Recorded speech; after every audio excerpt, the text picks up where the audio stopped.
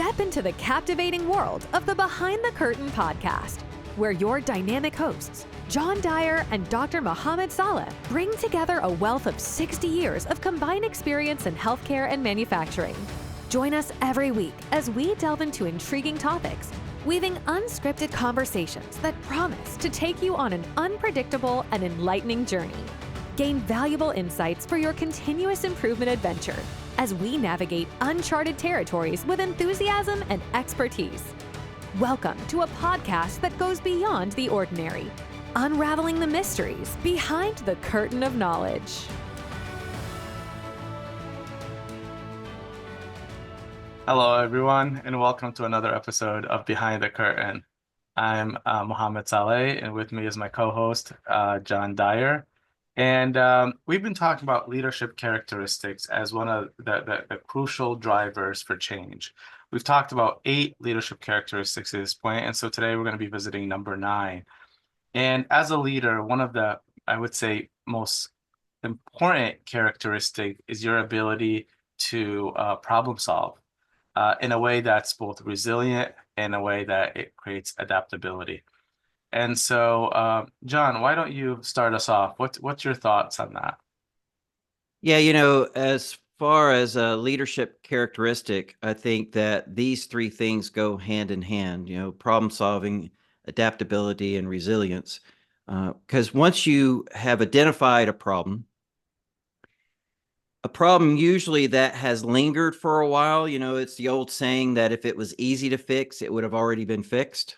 Right. So if it's a fairly major problem, then you're going to have to go through all of the problem solving steps, which, involves pulling a team together, developing a problem statement, doing your research, getting the data, doing the 5 whys, the fishbone diagram, filling out an A3, but most importantly, doing the plan, do, check, act.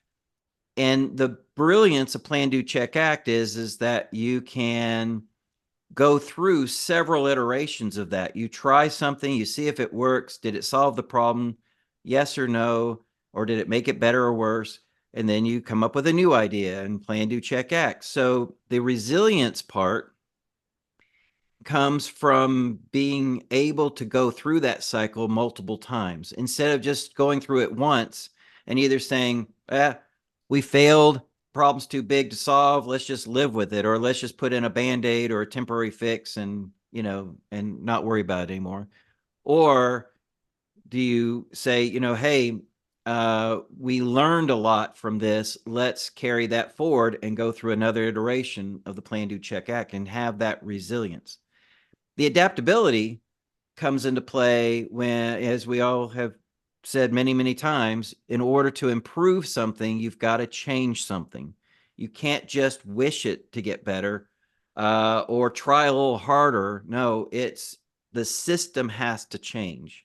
Yeah. Well, anytime you have change, you have resistance to change, but that also means how do you develop that skill set of adaptability, helping people adapt to a new way of doing things. And even when all the workers might agree that the old way of doing it is bad, there's still huge resistance to a new way of doing it because it's different. It feels different. It's foreign. The old saying that you have to do something at least 7 times in order to develop that new habit. So adaptability basically is all about how do you help the team get through those 7 iterations so that it now becomes part of the new DNA that you're creating. So what are your thoughts? Yeah, wow. You touched on a lot of things in that, so I want to just kind of dissect some of the thing that you just said. Problem solving is extremely messy. It can't be a checkbox exercise or, I filled in these boxes just to kind of go through the motions of it. The reality is there's multiple iterations of it. And many times you have to go back because you realize that you didn't really get to the root cause, or you were tackling a symptom, or you missed an insight. So it's very, very iterative, like you said. And that does cause cause you to have a resilient mindset and be able to adapt of the things that are going. The other thing that you said is around being open to problem solving. And we talked in a previous episode on psychological safety and the importance of a leader giving that safe space or holding that space for leaders, for individuals to be able to try things, try storming. And I think that is, as a leader, one of the core competencies behind that is being able to like tolerate ambiguity. There's a lot of ambiguity in tristorming, and a lot of people don't like ambiguity. And so being able to create that safe space so that you could and going into it knowing that you need to tolerate ambiguity and supporting the teams through their failures so they know what they learned from it and then they can move forward from it, I think is another piece to what you just mentioned. Yeah, on that real quick, a couple things. I would tell the engineers that worked for me at General Electric or when I was at Ingersoll Rand that they have permission to shut down the factory at least once in their career, right? That, if you're trying to solve a problem and it goes sideways and it results in the factory shutting down, which I have done personally as an engineer. I shut down a refrigerator factory at General Electric and for almost an entire day. But fortunately, I had a boss that was very understanding, and we had gone through all the steps, and I had a great team that included several of the executives. So they had all signed off on the change that we were making. So it worked out, but still, and my point in saying that is I don't want you to shut a factory down, obviously, but it gives you permission to push the envelope, to not be intimidated by trying new things. The second thing I'd always say is it's perfectly fine to screw up once, but try to figure out how to not repeat that screw up. Yeah, right? You have permission to try something new, and if it doesn't work, great. And if it screws things up, great. As long as it doesn't create any, unsafe conditions. That was the line. You couldn't cross that line. But as long as it didn't create any unsafe conditions, you were allowed to screw up, but then try to figure out how to make sure you don't do the same thing twice. Yeah, that's a really good point. As you were saying that, one of the things I've experienced, and I might be the only one out there that has this, but change in its nature triggers resistance. What I have learned is that the resilient aspect of that is what sustains that change. It's a cycle that's just going to happen. Change is going to trigger resistance, and then resilience is going to sustain change. And the more and more that I've done it, it doesn't even matter how solid your countermeasures are when you implement it. If the people haven't adapted it to their own way, backslide will occur.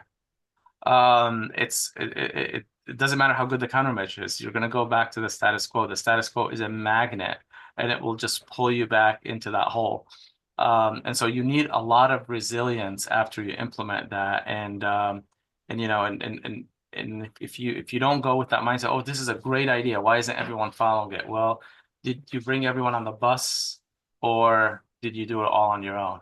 And did you get their ideas and feedback as you were experimenting? Because it will backslide. And so I do really truly feel like without resilience, you can't sustain it. And without engaging them, you're going to get some backslide. Yeah, in my training classes, I do a little demonstration to kind of emphasize what you're just saying there. I ask everybody in the class to fold their arms, right? Put their arms together, and go ahead and try it. Go ahead and so fold your arms, right? And then I say, okay, the arm that's on top, refold your arms, and now put it on the bottom. And then I say, okay, you can stop now. And what happens is, it's hilarious. The whole room will, as soon as I say you can stop, will either drop their arms or instantly go back to the first way. And I ask them, why did you make that change so rapidly to go back? And they said, well, the way you told us to go by putting the other arm on top felt very uncomfortable. And so as soon as you said stop, I wanted to go back to what I'm comfortable with. And then I share with them that, I've done this demonstration so many times that I now forget which arm is supposed to be on top or which one is most comfortable, because they're both comfortable to me now. But it took a while to get there. And that's the point, right? Is that if you don't constantly reinforce the need for change, then you're going to go back to what you're comfortable with. And then you hit upon a very important point, is that if the workers are engaged in developing the change, if it's even their idea, if they've gone through all of the homework, they were part of the team that developed the data or got the data and did the plan, do, check, act, and then came up with the solution, they're going to be a lot more likely to be advocates for that change. Now, you'd say then, and I've gotten this question quite a bit, is well, wait a minute, that team only represents a small fraction of the workforce population. So how do you get everybody on board? Well, a good technique I have found is, let's say the team has gotten through on the A3, through the first 3 or 4 steps, and now have a process map developed, and they've gotten some of their data. Invite everyone in for lunch and have them critique the process map, critique the fishbone diagram, critique, say, hey, not what did we do wrong, but what did we leave out? What did we miss? What did we forget? And do that 2 or 3 times through the whole A3 process. It's a cheap lunch, it's a cheap way of getting everybody engaged and everybody on board before you actually implement the solution. So when the solution does get implemented, no one is surprised. It's like, oh, this is from that team, and we've actually seen their work several times, and now I understand why we need to do this. Now I understand the problem that we're trying to solve, what the solution is, and I can get behind it. That's a much better way to go, even though it does take longer, and it does require the resilience to make it happen, than just saying, oh, I worked up a solution in my office by myself, and we're going to make these changes. Here they are, and then leave. It'll never work. You hit on something really important. So the domain that we're in is in change. And one of the drivers of change is leadership characteristic. And I get asked sometimes, well, why is problem solving a leadership characteristic? It seems like it's more of a skill than a characteristic. Well, leaders in their nature need to prepare the team for both emotional and cognitive discomfort. And because that happens, to the point that you were just saying, there's going to be an emotional attachment to the status quo, and there's going to be a cognitive attachment to the status quo.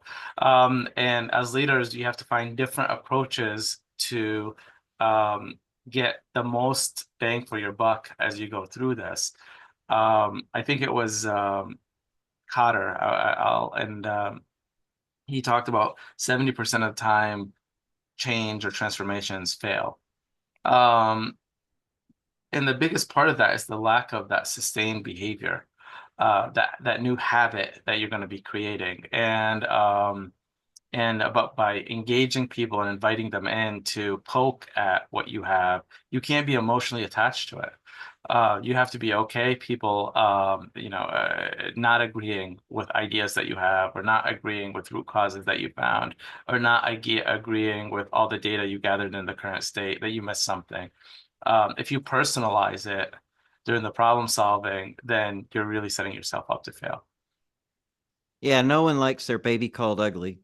Exactly. Right. So, when you're inviting people to come in and critique, and that's why it's really important to use the right phrases to ask those questions, right? You don't ask the question, what did we do wrong?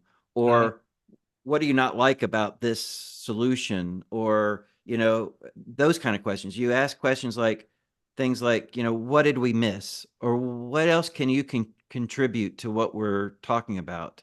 Is there What do you like about these changes and are excited about? Or how can we make the changes more easy to adapt? Yeah. Can we put in some pokey kinds of changes so that it takes some of the guesswork out, so you don't feel quite so intimidated by the fact that, hey, if I pick the wrong screw out of the bin, I could be, putting it together wrong.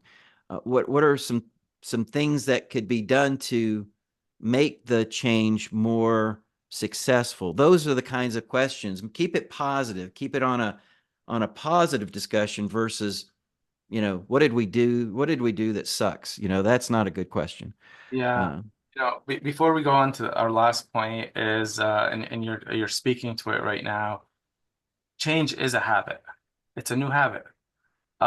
You can't go into it saying you're feeling like, especially technical folks, it almost like the countermeasure becomes something you're installing.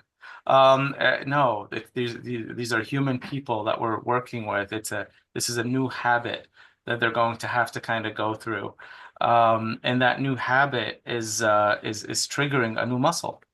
And so they might have not worked this muscle before. There's a lot of resilience and that's going to have to, a lot of adaptability that's going to have to come through with this new muscle. And one of the things that happens with problem solving, because it's a muscle, you have to constantly exercise it. And the more you exercise it, the more you'll be more adaptable and the more you'll be more resilient. So as a leader, one of your characteristics is that discipline of like pretty much showing up to that gym, and being able to just constantly challenge the status quo so that you yourself are building that muscle.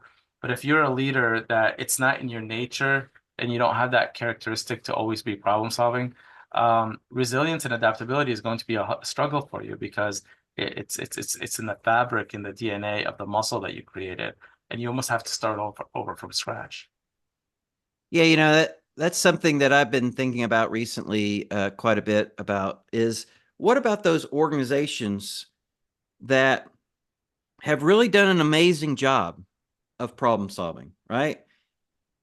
10 years ago, they had all these issues, they had all these quality concerns and so forth. And over those years, they have done exactly what we've been talking about. They got their employees trained, they got them on teams, they had them work on problems, permanent fixes, going through the A3, the Plan, Do, Check Act, all that stuff.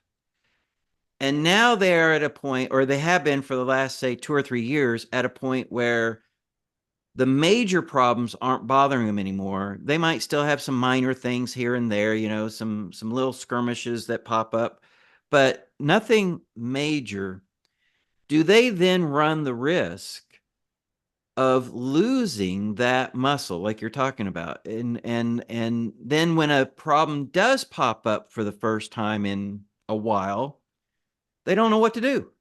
And it's just like, wait a minute, this company prided itself with the fact that they could solve these massive problems. And they have a good track record of that. And now all of a sudden, they're falling on their face. So it got me to thinking, maybe there needs to be a process put into place where the teams have to practice problem solving, even when there aren't problems to solve, just to keep that muscle, like you're talking about, well honed. It's like going to the gym and going on a treadmill. You run on a treadmill not to go anywhere because you're not going anywhere, but to keep your muscles toned so that when you do need to run a marathon a year from now, you're ready to go. But think about it. If you didn't do the gym, and let's say you won a marathon last year, and you said, okay, well, I don't need to practice anymore. I don't need to run anymore. I don't need to do the treadmill. And a couple of years goes by and a new marathon pops up and you're like, hey, I think I'll jump into that. You're going to do horribly. So maybe that's something else that organizations need to take from all this is that, it's important to keep that skill well honed, even when you don't have any major problems to solve. No, I love that. And as we come to kind of a close to this podcast, I can't echo enough that discipline that's needed, the resilience that's needed to keep that muscle going and alive. We talked about a lot of things in this podcast. There's a lot of dense information in the last 20 minutes or so, but we covered, you talked about problem solving and that it's not one and done. There's multiple iterations. It could get very messy. We talked about the change triggers resistance and resilience helps sustain it. And we even dove into backsliding issues and what could occur from that and emotional and cognitive discomfort that occurs from that. We also talked about psychological safety and leaders' role in holding a safe space for try-storming and the ambiguity, being able to tolerate the ambiguity behind that. And we ended with the conversation around the muscle and being able to understand that change is a habit. And if you don't use it, you're going to lose it. And so you have to constantly be on that treadmill, even if you're not running a marathon right now, but your muscle has to be staying alive and getting stronger. So a lot of things, this characteristic for number 9. And all of these, and I think all of what we talked about today, and really the previous 8 leadership characteristics are going to get summarized, I think, next week when we talk about the last characteristic, the 10th one, which is coaching. I'm looking forward to that. Me too. See everyone there, and great talking to you, John. All right. Take care, Mohamed. Take care, everyone. As we draw the curtains on another fascinating episode, we wanted to express our gratitude for joining us on this enlightening journey. If you're hungry for more captivating and thought-provoking discussions with John Dyer and Dr. Mohamed Saleh, hit that subscribe button to ensure you don't miss a beat. Until next week, keep exploring, stay inquisitive, and stay inspired. See you on the next Behind the Curtain adventure.